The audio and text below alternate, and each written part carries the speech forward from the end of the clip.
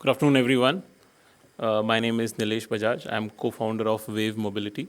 So just some few observations before I start my presentation. Number one, yes, this session is the toughest one because normally if I'm in office, I would not be sitting in one place at this time after lunch. I would just move around, talk to people, and make sure energy level remains high at this time. Second, just the amount of information that we have seen and heard in this panel is just tremendous, from technical, business, analytics. I mean, this is actually a refresher for somebody who wants to know the complete landscape of EV transition today in India. In my presentation, you will find some things a little repetitive, so sorry for that in advance. And finally, thank you organizers and Dr. Garg for having me here. So without any further delay, let me start my presentation. So before getting into global EV transition, I'll just take a minute to talk about climate change, because I think that's the larger reason why we are talking about this transition, and we are all making an effort to move to renewable sources on the grid, and also the way we consume this energy. So we all know we have undeniably increased the temperature of the Earth by burning fossil fuels over the last 100 years. Fossil fuels were actually, even that has come from solar. It has just converted and been in the Earth for millions of years. The only problem is that the cycle time is very large. It's hundreds and thousands of years. So we don't have that much time, so we need a faster cycle. And second is the release of greenhouse gases, which we cannot afford anymore, given that we are already at a brink of the 1.5 degree climate change. So we are seeing events like flash floods, forest fires, polar ice caps melting and everything happening very, very frequently and increasing in intensity over the past few years. So the larger problem is three-part, as I understand. One is to capture, second is to store, and third is to use. So where we come in is we, as an automaker, are the users of this concentrated energy, and we want to do that in the most efficient and cleanest way possible. So already you can see,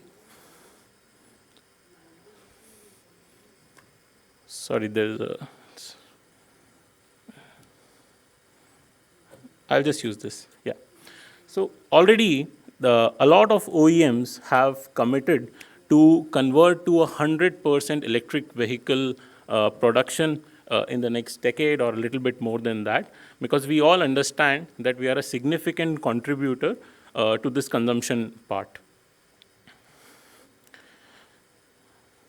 So one question we are frequently asked, and I would like some data from you, Mr. Lewis, that you said that we have 3 kilograms of carbon dioxide released when we receive a package, but how much is it when it comes through an electric vehicle that is charged on a fossil fuel-based grid? So what that number is about? Is it 50% or less than that or more than that? It is around 60%. 60%. Continues to be there. Exactly. So we are talking about well-to-wheel efficiency. So even if we have a largely coal-based grid, using an electric vehicle already is giving us 40% to 50% benefit just by moving to electric vehicle powertrain. It's just that much more efficient.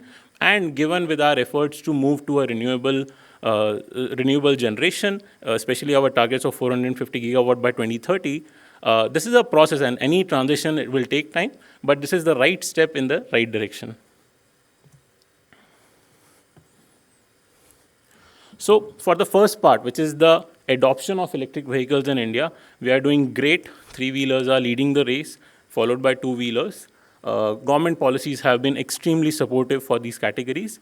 But as we come to the larger vehicle segment, be it passenger cars or larger vehicles, there are still some challenges, both technically and financially and policy level, that we need to overcome to cross the chasm. So some of the parameters that we have understood are required for first the initial adoption of a new technology, and then later the mass adoption are listed here in this slide. So I'll just go through the one that enables the early adoption for electric vehicles, which is comparable performance, parity on TCO, reasonable charging time, and sufficient choice of models. So I believe we already have this part completed when you talk about the EV adoption curve in India. But from going from here to mass adoption, we need further validation of reliability of products. So till now, electric vehicles are new. We don't know how long they are sustaining, what is the serviceability, how good is the infrastructure. We need service network accessibility. We need ample charging infrastructure in the years to come. And we need reduction in vehicle prices, which kind of loosely or even directly links with the battery pack prices. So when these four factors will come together, we will see a significant mass adoption for the electric vehicles in the country. And our estimate is this should happen somewhere in the 2026-27 year.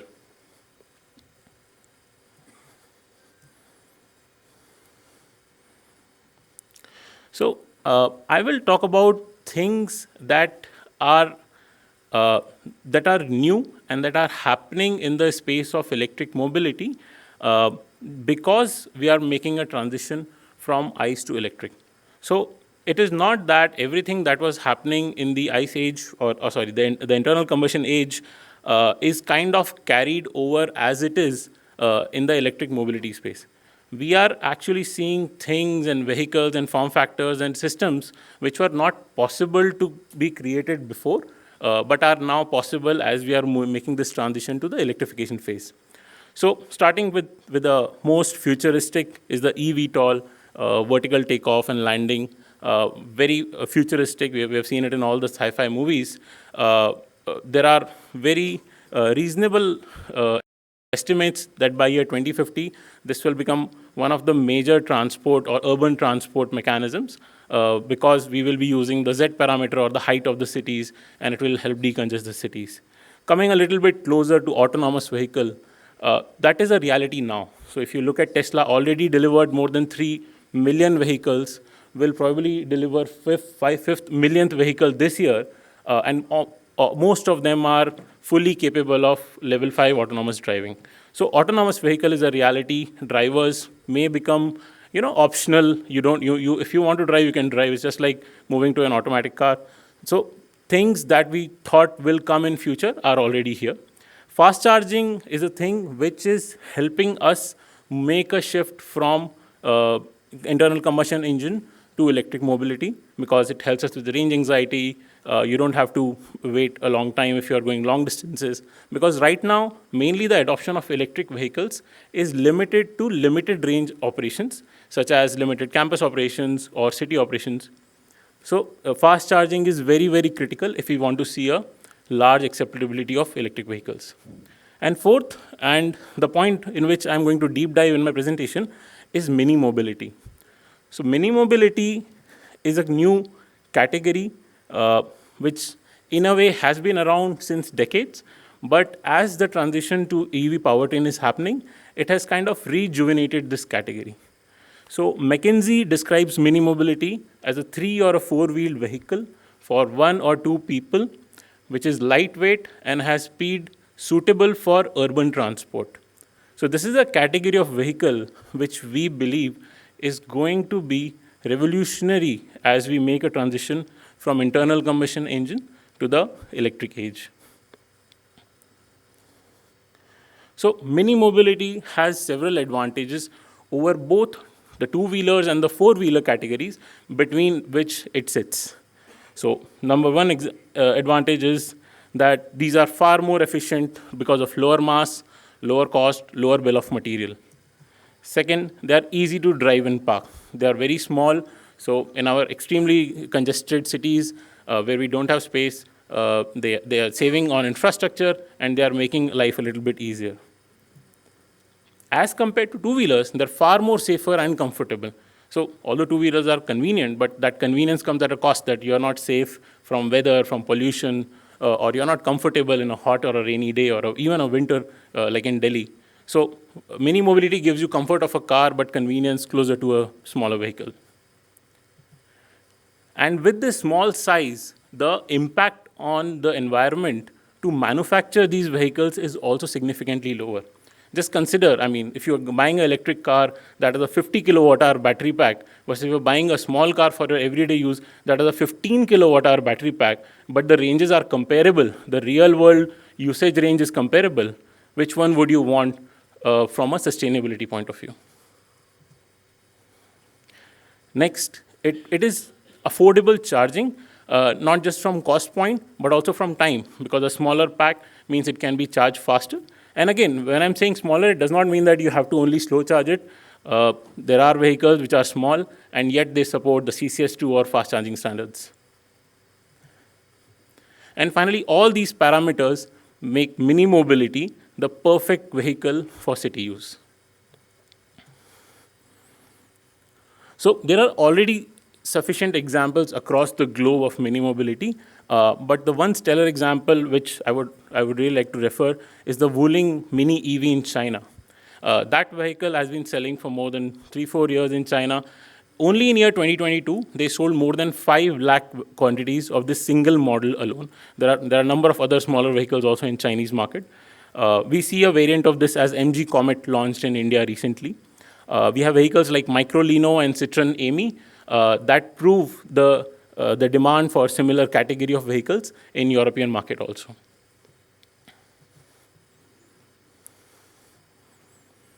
Now, research agencies have recently started addressing this as a completely separate category in their market reports. So this is one of the excerpts from a McKinsey report that shows that in India-like markets, there is more than 50% acceptability of having a small mini mobility class vehicle in the mix of a household vehicles. So they are not assuming that you will have only one two-seater vehicle, but you will have a household which may have one family car, which you use for weekend trips or longer journeys. But for your everyday commute, people are looking for a small and more practical solution. Now, I will focus on India's challenges today. We are talking about the things that we are doing great, but it is also important to look at the things that we are not doing great or some of the negatives that we really need to rectify soon. So just to start with, we have 9 out of top 20 polluted cities in the world. And our transport sector contributes almost 10% of the greenhouse gas emissions. That's the complete road transport sector, not just cars. We have all-time high oil import bill right now, around $160 billion. And the poor air quality is contributing directly to negative GDP. So these are some of the negatives that we really need to take in. Just adding to this list, we also rank very high in the traffic index, where our average speed is barely 20 kilometers per hour in the peak hour traffic. So what has led to these kind of, if you talk about a city, it's not really a good quality of life.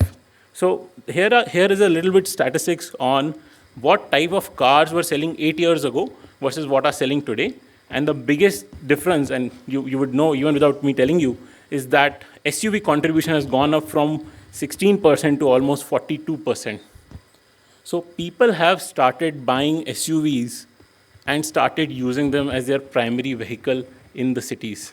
So we have the same infrastructure, we have more vehicles, and we have larger vehicles. So we are fundamentally very, very, we are operating in a very unoptimized way. So we are not saying people should not buy SUVs. SUVs have their purpose. They are great for long distance travel. They are very, very comfortable. They are good for when you are traveling as a family, 5 seats, 7 seats, and so on. But while doing that, if you are also using these 6 days a week, when you are traveling alone, and here is a report by Nielsen, which was on a study done specifically on Indian market, it shows that on 5 days of a week, 71% of Indians travel alone in their vehicle with just a laptop bag. And average distance traveled is less than 35 kilometers. So do you really need a 5-seater, 500-kilometer range SUV to go to office every day? And most of the respondents in this survey also agreed that yes, having a smaller car will improve their quality of life. It will also save their time and hassle of driving and parking in the city. So now here's the part of what we are doing to solving this problem, is that we have Wayve Mobility are creating purpose-built electric vehicles for urban mobility. And the first vehicle is EVA that we have unveiled at the New Delhi Auto Expo in January of 2023. Some of you might have seen it on social media as India's first solar car because we have an option of a solar roof. The vehicle is a two-seater born electric air-conditioned car that goes 250 kilometers on a single charge. It has efficiency of 20 kilometer per kilowatt hour, which is highest in the class. And its narrow body helps you to navigate easily in the traffic and park it.